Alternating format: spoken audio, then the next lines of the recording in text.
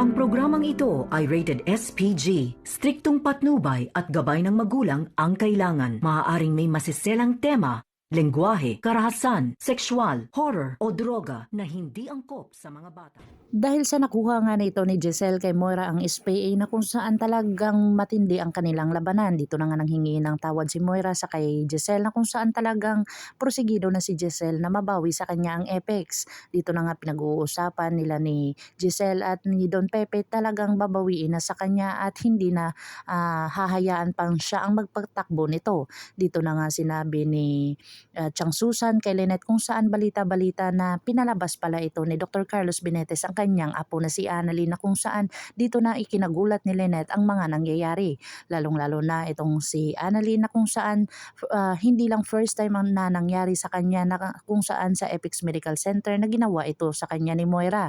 Hindi niya inaakala na gagawin pala iyon ni Dr. Carlos Benitez sa kanya na kung saan na magiging tatay niya ito na at ikakasal na sa kanyang ina.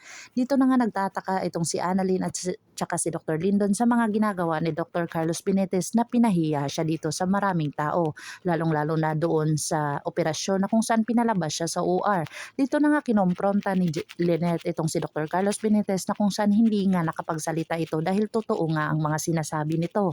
Tinawagan ni Zoe ang kanyang lolo na si Don Pepe para dito na naman siya ay dumikit. Dito na nga siya ay naghanap siya ng kakampi na kung saan talagang wala na silang kakampi ni Moira. Dito niya na pinalabas na hindi siya kakampi ni Moira kung saan talagang gusto niyang makuha at mabawi ulit ang puso't isipan ni Don Pepe na mapamahal siya dito at binabawi niya na ang kanyang mga kapangitan na ugali na ipinapakita dito. Dito na nga nagtataka itong si Don Pepe bakit lumambot itong si Zoe.